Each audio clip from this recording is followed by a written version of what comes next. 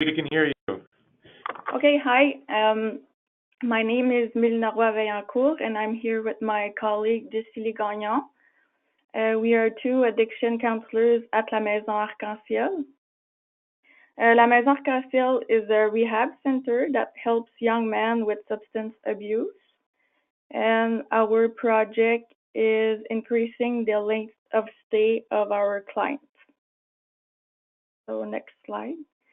Yeah, so we are a team of three. We are a very small team. Mélanie Odette is the executive sponsor. I am the team leader, and Cecily is a team member. So for the client story, over the past several years, La Maison Arc has seen a decrease in number of clients completing our 90-day program. As a result of the decreasing number of completion, we don't reach the organization full capacity, and the rate of clients leading a successful sober life after leaving our program is low. The goal of our E-QIP project is to reduce the number of clients who leave before completing the 90-day program and help more youth lead a sober life. So our problem statement, since 2013-2014, we have observed that 75% of our clients are not completing our program of 90 days, which in turn means that they don't go through all of our material and so don't have all of the tools required to successfully lead a sober life. The aim statement for the big dot, by April 1st, 2020, we will increase the number of clients completing the program by 50%. And the project aim, by January 1st, 2020, we will decrease the number of clients expelled by 50%. So the first thing we did was a fishbone. So we identified the root causes with the survey that clients fill out before leaving, even if the treatment is completed or not. The survey is the E-QIP.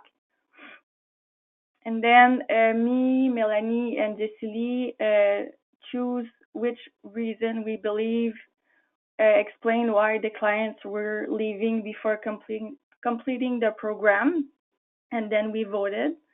And the reason with the most votes was that the clients don't get along with the workers, which is the reason why we did two other fishbones. You can skip that slide, yeah. So we created two more fishbones, one with the workers' perspective and the other one with the client's perspective. So the fishbone we did with the, oh, did you go back? Yeah, thanks. The fishbone we did with the clients were with the clients that were at La Maison Arc at the time, and then the fishbone with the workers. We asked our 4 full-time workers to fill out the fishbone and vote. So the root causes from the client perspective with the most votes. The rules are too strict. They feel like they are being too watched by the workers. The weekends are long, and there's an inconsistency between workers regarding the rules. And the root causes from the workers' perspective with the most votes. Some workers don't follow the rules. Too many different directors since 2013. It's not always easy to make clients follow the rules, and the rules change too often. So that's the first Pareto we did. It's for the reason for discharge from 2013 to 2018.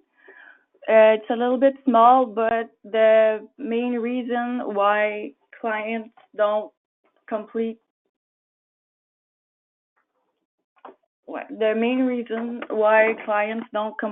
the 90-day program is because they're being expelled. Which brings us to our small dot problem statement and aim statement.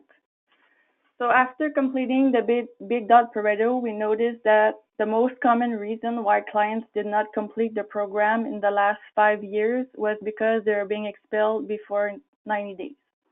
We then decided to create a small dot problem and aim statement to identify the main reasons why clients were being expelled and work towards decreasing the number of expulsion in general. So the small dot problem statement is since 2014-2015, we have observed that 40.6% of our clients are being expelled, which in turn means that they don't have a pleasant experience and they leave without receiving all of the required tools to successfully lead a sober life. The aim statement is by January 1st, 2020, we will decrease the number of clients warning tickets leading to expulsion by 50%. So here at La Maison Arc, Ciel, we have a process. When a client doesn't follow the rules, we give him a ticket warning. And when they have more than 3 warning tickets, they are being expelled. In some situations, they are being expelled immediately without receiving a warning. Example, if it's violence or if there's drugs involved. Next slide, please. So data related to expulsion. So what we did for the last fiscal year, so 2018-2019, we checked the number of warning tickets given per month. So there was a total of 4 warning tickets given in the last fiscal year. Next slide, please. Okay, so the next Pareto we did was for the small dot, and it was the reasons for expulsion. For expulsion since 2014-2015 up till 2018-2019. So the 3 main root causes were lack of respect, bad behavior, and violence. Next slide, please. We then had a discussion with each worker that was involved in each expulsion related to bad behavior, lack of respect, and violence since 2014. Our goal was to find out more information and details regarding the situations that led to the expulsions and to know what lack of respect and bad behavior meant to the workers personally. We did not ask about violence because acts of violence against workers or the property is out of our control, and there is no tolerance for violent behaviors here. So we gathered all the information from the workers and we inserted them in tables.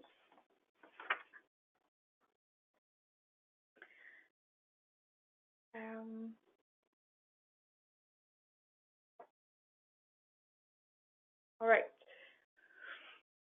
So, like Melina explained, we have a system in place regarding the expulsions.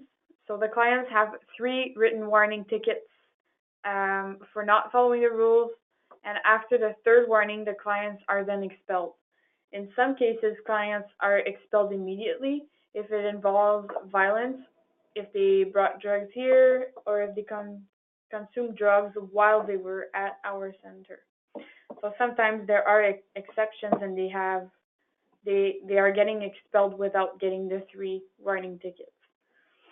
So after gathering all the information, we realized that each worker has a different opinion and definition of what lack of respect and bad behavior means. The differences between them brings an inconsistency regarding when, why, and how they give written warnings. We decided to analyze the process between the incident and the written warning between each worker by creating a survey with 2 different scenarios. The first one involved bad behavior, and the second one involved lack of respect. So we gave them space to fill out how they would handle the situation, what they would do, how long they would wait before giving them the written warning, and we have also left a comment box for them if they wanted to add some info. So we wanted them to explain their own process for giving written warnings.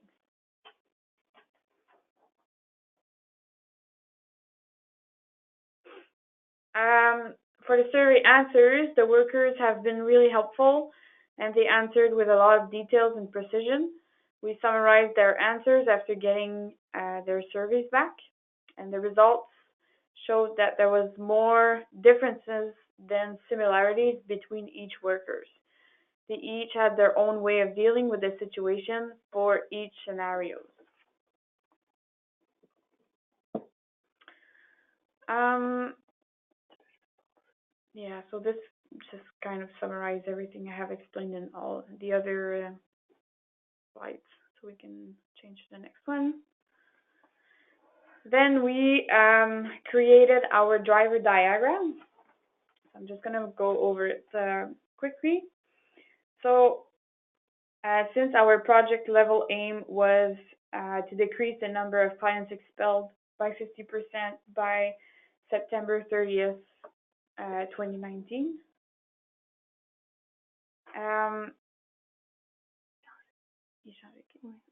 Primary drivers were staff understanding and positive client experiences. So the secondary drivers for these two were improved consistency between staff response to behaviors leading to incidents, and rules consistently enforced or followed by all staff. And for positive client experiences, the secondary drivers were increased awareness or understanding of the rules, increased understanding of consequences associated with negative behaviors, and increased level of satisfaction of clients participating in our program. So the change ideas that we got with those were to develop best practice for staff to follow when incidents involving negative behavior happen. Have a meeting as fast as possible with all staff involved after an incident and talk about how to improve the way we handle those situations. Reevaluate the rules and have a discussion with all staff members about them. And we also thought about having regular meetings regarding the rules. Then we had take as much time as possible or necessary to go through all the rules in detail with the clients when they arrive at the center. Then we had explained thoroughly the consequences of bad behavior when the client arrives at the center. So probably at the same time as we explained the rules. Then we had the idea of having an overview of the consequences with the client after the first warning ticket was given. And the last change idea we have was to create a survey and ask our clients to fill it out every 3 weeks and have a discussion with us about what should be changed, what was going right, what is not really going good. So that's what we had for the driver diagram till now.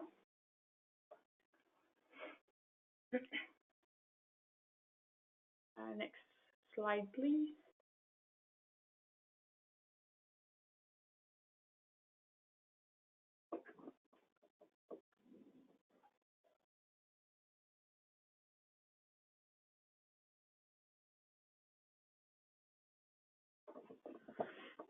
Hi.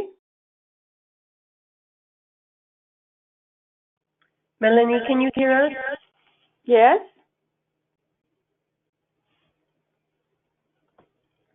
We can't hear you, but I think other folks can. For some reason, our Yes, technology Kathleen, keeps can. cutting down here. Okay, did you hear anything? Like, when did you stop hearing me? Next slide. Do you hear me good?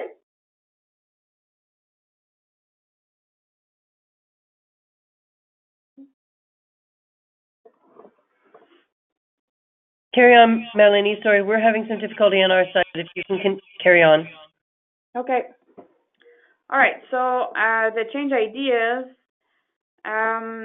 all the staff is involved in the change ideas. So our change ideas require some modification for each position in our organization. We believe that it will be challenging to make those changes at our center and for workers to incorporate these new things in their new routines, but we believe that it is something important and it is a goal we can reach. We will know that the changes have mm, sorry. We will know that the changes have made an improvement after several months. We will be able to notice that there are less crises and incidents, that we give less written warning tickets, and which eventually leads to less expulsions and longer lengths of stay. Since our program is based on 90 days, we are aware that we will need more time to notice an improvement, a couple months. Key overall challenges. Up until now, this in our project, we have faced many challenges. Having the client's point of view and having all the workers together at the same time to work on the project were challenging. This created a time-consuming issue for us to be able to speak with each worker and gather information from them. They all work on a 12-hour shift, so sometimes some workers are sleeping during the day because they worked night shift, and that was pretty challenging. Since we haven't gotten far enough to test any improvement model, methods, or tools, we will talk about challenges we believe could happen in the future based on the challenges we have faced so far.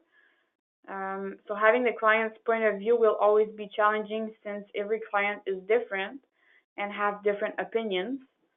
For the workers, some have been working here for many years and have established their own routines. So changing some rules or the process for certain aspects might be hard for them. Explaining the changes to each one of them will also be challenging since it will still be hard to have them all together at once for that.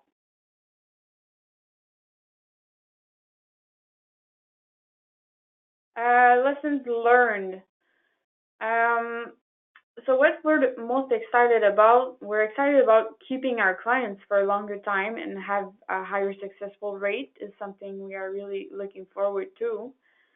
Having consistency between all workers and how they apply the rules, this will lessen the number of crises at our center. And also just give less written warnings and expulsions. Factors enabling our project progress and pace. Gathering information in general and information from workers is time consuming and takes many days sometimes. The time we as team members have to work on the project and find space in our week where we are all available was also a challenge and slowed the process of the progress of our project. And when we don't have any clients and therefore cannot involve them in the project also.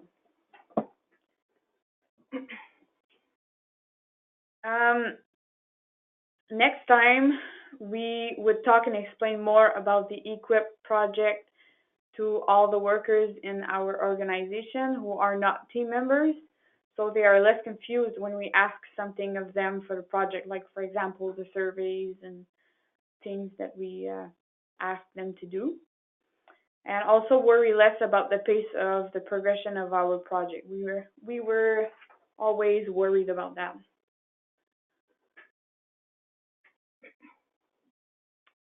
Next steps to progress improvement. We think that any other small or similar organization to ours could benefit from our learning. It could also motivate them to have their own project with E-QIP. We believe that our project could also make them confident that even if they are a small organization, they can still benefit from a project like this. And that's it for us. Thanks, Melanie and Melina and Jessie Lee for your presentation.